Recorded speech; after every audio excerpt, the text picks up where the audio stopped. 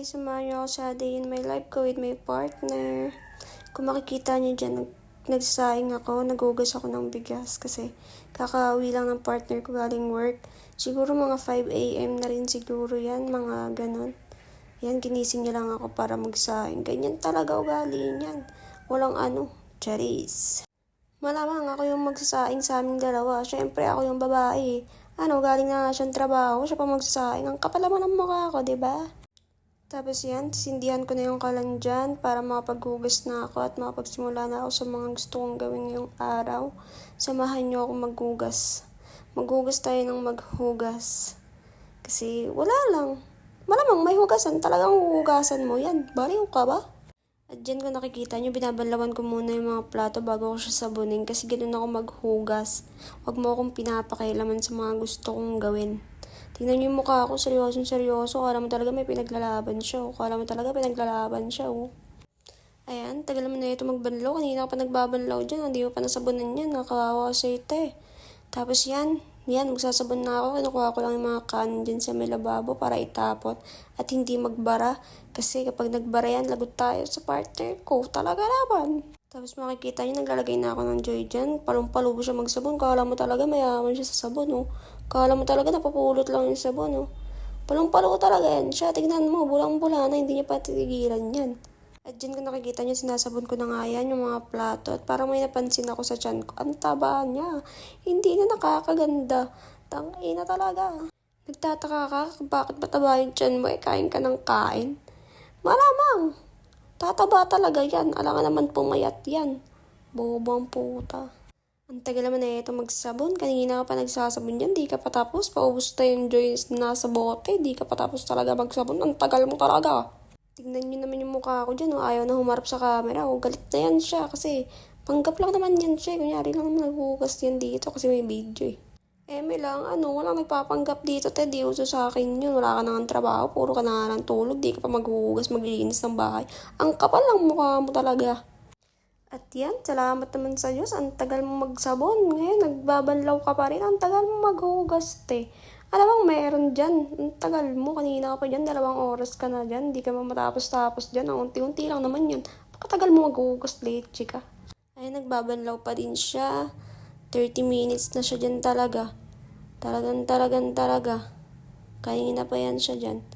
Yan, tumingin pa nga siya sa likod kasi dumating dyan yung partner niya at kinis niya pa talaga. Ay, sobrang sweet talaga. Sino bang hindi gaganahan maghugas at asikasuhin yan, diba? Ganyan talaga siya. At dyan kung makikita nyo, hindi na siya naghuhugas dyan. Inaayos ko naman dyan yung pinamalengke ng partner ko. Isang pirasong tilapia lang yan kasi kaming dalawa lang naman. Pero malaki naman yung tilapia na yan. Pero mas masarap yung tilapia ako dyan. Kasi gusto niya daw tilapia yung almusal niya ngayon Hindi ko alam kung bakit. Namimiss niya na siguro yung tilapia ko. Siyempre, huhugasan natin yan, di ba? Bago kainin ng tilapia, dapat hinuhugasan. At hindi mabaho, Naglalaro pa talaga siya. Pinaglalaroan niya pa talaga yung tilapia, Masyado kang mahilig, Sobrang dami namang hugas ginawa mo dyan. Kailangan pa ba sabunin yan? Kailangan pa bang lagyan ng Sonrox yan? Ano pang gusto mong gawin dyan? At dyan, kinuha ko yung kutsilyo para hiwain sa magkabilaan yung tilapia. Kasi mahilig talaga siya sa mahiwa. Hindi ko rin alam kung bakit. Tinatanong ko siya, di naman siya sumasagot. Tapos yan, nilalagyan ko na lang siya ng asin para ready to cook na siya, diba? Para ipiprito na lang siya. Sino bang siya yung sinasabi mo? Malamang yung isda. Alam naman ako iprito niya, di ba? At yan, binuksan ko na nga yung kalan para painitin na yung kawali. At yan, maglalagay na ako ng mantika dyan. Siyempre yung gamit na hindi naman madumi yan kasi kaming dalawa lang naman dito. Huwag ka lang mag-inartit Tapos dadagdagan ko lang yan ng onte. At nung mainit na yung kawali, tinawag ko na yung partner ko para siya na yung maglagay ng isda. Muntik pa nga mahulog yung tilapia ako. Siya yung pinaglagay ko kasi masakit yung mantika, But sana ako kung makakaramdam, diba? Okay na yung siya na yung masaktan, wag lang ako. Ayan, nakikita nyo. And babaliktarin ko na nga siya dyan. O diba, ang bilis lang. Babaliktarin agad. Kakalagay lang, diba? Nagmamadali ka ba? Kanina ang bagal mo, nagmamadali ka. Kanang ina mo.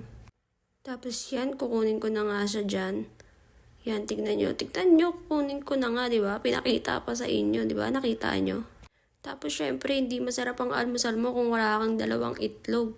Talagang nagpa-cute pa siya. Ayan, nagprito lang ako ng dalawang itlog dyan. Tag-isa lang kami. Kasi dalawa lang naman kami. Alangan 5 yung prituhin ko eh. Dalawa lang naman kami. Di ka nag-iisip ng tama. Kinuha ko na yung isang itlog dyan. Talagang sumayaw-sayaw pa talaga siya. Oh. Tapos magtitimpla na ako ng gatas namin dyan. Syempre, hindi kumpleto ang almusal kung walang mainit na gatas o kape. Nagtitimpla na ako ng gatas namin dyan. Huwag nyo nang pansinin yung mukha ko, ganyan talaga yan. Tapos yung kumakain na nga kami. Tingnan nyo naman, sarap na sarap yung partner ko, diba? Sino hindi matutuwa dyan? Kasi, syempre, sobrang swerte niya na sa akin eh. Oh, diba? Sinubuan niya pa ako, diba? Diba? Diba? Syempre, pagtapos namin kumain, ako naman yung kakainin niya. Hindi! Charis. Nagpahinga lang talaga kami dyan kasi mamamalengki pa kami dyan. Usap-usap muna kami kung ano yung nangyari sa araw niya, kung kamusta yung trabaho niya. Minsan kailangan din natin kamustahin mga partner natin kung napapagod ba sila. Natural mapagod pero dapat hindi ka susuko, di ba? Walang susuko sa relasyon na to, te. Pinili natin parehas to. Yan, nanonood lang kami ng TV. Ayan, pagtapos namin magpahinga, naghilamos na ako kasi mamamalengki na kami dyan. Siyempre, ano pa bang gagamitin nating sabon? Ang You Glow Babe. Talagang, ito yung nagpapapress sa akin araw-araw na para bang hindi ako stress. Hindi naman talaga ako stress eh. Kasi hindi naman ako binibigyan ng partner ko ng ikaka-stress ko. Ako ang stress niya. Kaya mag-check out na kayo ng You Glow Babe. Talagang sobrang mule net. Sulit talaga. 5 pieces na siya.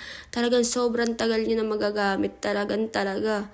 Maniwala kayo sa hindi. Talagang sobrang ganda. At yan, nagtututbrush na nga ako dyan kasi nga, syempre, ano pa bang ginagawa ng mga tao kundi magpanggap kapag may video, diba? Kunyari, malinis ka. Kunyari, ganito ka. Pero, talaga naman. Pagtapos ko maghilamos at mag-toothbrush, ayan, nagpunas na ako ng tissue sa face ko. Kasi, syempre, di ba, yung tuwalya mo all in one, pang puwet, pang mukha, kaya mukha kang puwet eh. And dyan, kung nakikita nyo, naglagay na ako ng toner dyan. Araw-gabi ko siyang ginagamit pagkagising ko, tsaka bago ako matulog. At syempre, gaya-gaya yung partner ko. Syempre, nilagyan ko siya kasi inggitero yan. Ganyan naman talaga siya. Kung anong dapat meron ako, meron din siya. Malamang pera niya yung pinambili ko dyan, pera yung pinambayad ko ng parcel dyan. Talagang kunyari mabait tayo, di ba? Kunyari, para bilan tayo ng maraming pangpaganda, te. And yan, magkasa-sunscreen na ako dyan kasi anong oras na din yan? Siguro mga 9 na yan. So, parang mainit na siya. Yan, tignan niyo ako mag-sunscreen. Ganyan lang ako mag-sunscreen. Ganyan lang yung daily look ko kapag lalabas kami. Yan, magla-lip balm ako.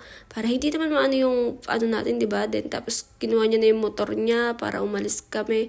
At yun, nandito na nga kami sa may palengke. Ang bilis, diba? Tingnan mo, ang ganda ko, diba? Ang fresh, diba? You Glow Babe kasi ang gamit ko. Tapos yan, siya yung taga-video ko dyan kasi bumipili ako ng mga bibili namin ng mga rekado. Kasi ang ulam namin, Shanghai. Nag-request ulit siya ng Shanghai kasi nag-crave daw siya. Ewan ko ba dito sa lalaking to, ano-anong gustong kainin na para yan, bumibili na nga ako ng mga kailangan namin gagamitin dyan. Tignan mo naman yung mukha ko, di ba sobrang fresh? Ang bilis po naman maglakad, te. Tapos yung cameraman ko, hindi man lang sinabi sa akin at tabingi pala yung damit ko sa likod. Talagang wala talagang no? Mga lalaki nga naman. Yan, pinapakita niyo yung sarili niyo. Kala mo talaga. And yan, nasa bahay na kami. Tignan niyo siya, tulog na tulog siya. Kasi nga puyat siya at pagod siya. Kawawa naman yung baby ko. And yan, tignan niyo ako. Yan, iniiwa ko na yung mga ilalagay natin sa lulutuin nating lumpiang Shanghai. So, actually, first time kong magluto na ito. Hindi ko alam kung masasarapan siya. Sana masarapan siya kasi masarap naman ako magmahal eh. Hindi naman ako nagkukulang sa kanya eh. And yan, kung makikita nyo, nagbisyo pa talaga siya bago niya gawin yung mga dapat niyang gawin, no? Talagang, kasi sobrang hirap. Ito yung pinakamahirap na part sa pagluluto ng lumpiang Shanghai sa totoo lang. Yung mag-ano-ano ka ng ganyan, ano bang tawag dyan. And kung nakikita nyo dyan, nilalagay ko na yung giniling kasi imimekos-mekos natin yan, te. Lahat ng hiniwa ko, lahat ng pinaghirapan ko pag sasama-samahin natin yan. Hahalo-haluin natin yan. Naglagay lang ako ng oyster sauce dyan, ng asin, ng pamintang durog, and everything and anything, kahit ano ilagay nyo kung anong gusto nyo. At dito magbabalot na tayo ng Shanghai. Tingnan nyo ako magbalot kung paano ako magbalot. Diba? Tingnan nyo yung mukha ako na parang sobrang seryoso niya dyan talaga. Na para bang may papamana sa kanya. Na para bang chef siya dyan. At talagang inuna niya pa mag-post. And fast forward, hapon na yan dyan, 2:00 na ako nagising dyan, 2 p.m. na ako nagising dyan kasi nag-alarm ako ng 2:00. Malamang nag-alarm ako ng 2:00, alangan naman 5:00 ako magising, di ba? Talagang nabubulol-bulol na siya kasi hindi na makahinga. Ayan, naghuhugas na naman siya. Wala tayong ginawa ba maghapon kundi maghuhugas ng maghuhugas. Then dyan makikita mo, patapos na akong maghugas dyan kasi magbabadlaw na ako Nagbabadlaw na ako di ba? Nakikita nyo? Kung di nyo nakikita, wala akong pakialam sa inyong lahat. And syempre, pinunasan ko muna yung lababo para malinis, diba? Kasi sinong gaganahan magluto kung puki ng ina naman ng lababo, diba? Nakakainis! And dyan ko nakikita nyo, naghiwa na ako ng mga kamatis dyan, bawang, sibuyas, sayote. Kasi ang lulutuin ko ngayon is ginisang sayote with giniling. Yan, tignan nyo, nagkahiwa-hiwa ako dyan. Tignan nyo, ang bilis talaga. Kala mo talaga, chef siya. Nagmamarunong siya pag ikaw nasugatan. Sige, pag ikaw nasugatan talaga, bahala ka talaga sa buhay mo. Talaga naman. And yan, hiniwa ko na nga yung sayote dyan. Talagang pinakita pa. Ewan kong bakit din ginaganon yun. Nakikita ko lang sa mama ko yung dati kapag nagluluto siya. Ginaya ko lang kasi gaya-gaya ko. Wala akong originality. Alam mo ba yun? Ayan, inhiwa ko na lang siya ihiwain ko yan dyan. Maliliit yan, makikita nyo. Mag-antay kayo. And yan, hinugasan ko na yung giniling dyan. Pati yung sayote na yan. Na para bang pinakita pa talaga. Akala mo talaga, marunong talaga siya magluto. Binuksan ko na yung kalan dyan. Then, naglagay na ako ng mantika dyan. Siyempre, unahin kong lulutuin yung gulay. Kasi mabilis lang naman yun. And susunod ko yung Shanghai para, siyempre, diba, pagtapos nun. Kakain na lang kami ng baby ko at papasok na siya, iiwan na naman niya ako. Yan, naglagay lang ako ng patis dyan, ng paminta. Nakikita nyo naman, diba? Hindi naman kayo bulag Yan. Tapos yun, ano nilagay ko dun? Kamatis, bawang, sibuyas, hinalo-halo ko na lang yan. Yan. Tapos tinakpan ko na, ayun. Tapos nilagay ko na yung sayote. Diba? Ganun lang kami liste. Huwag kang tamad, Huwag kang bumili ng lutong ulam. Ang mahal. Nilagay ko na yung pork cubes.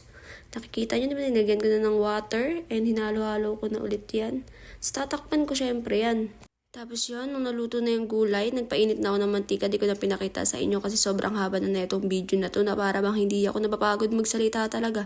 Tapos nung mainit na yung mantika, nilagay ko na yung lumpiang Shanghai, di ba? Kakain na kami Tapos na. Thanks for watching!